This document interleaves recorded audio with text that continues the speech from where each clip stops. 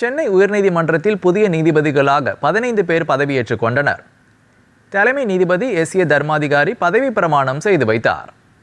சென்னை உயர்நீதிமன்றத்தில் காலியாக உள்ள நீதிபதிகள் பணியிடங்களை நிரப்ப 19 பேரை நியமிக்க கடந்த மே மாதம் உச்சநீதிமன்ற கொலிஜியம் பரிந்துரை செய்திருந்தது.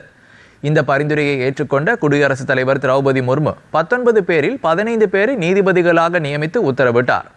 அதன்படி ரமேஷ், முத்துக்குமார், விவேகானந்தன், திலீப் குமார், மனோகரன் உள்ளிட்ட 15 பேர் நீதிபதிகளாக நியமனம் செய்யப்பட்டனர்.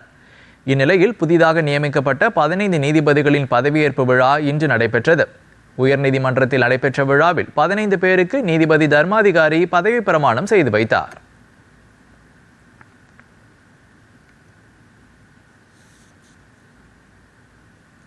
இதன் மூலம் சென்னை உயர்நீதிமன்றத்தில் நீதிபதிகளின் எண்ணிக்கை 66ஆக உயர்ந்துள்ளது.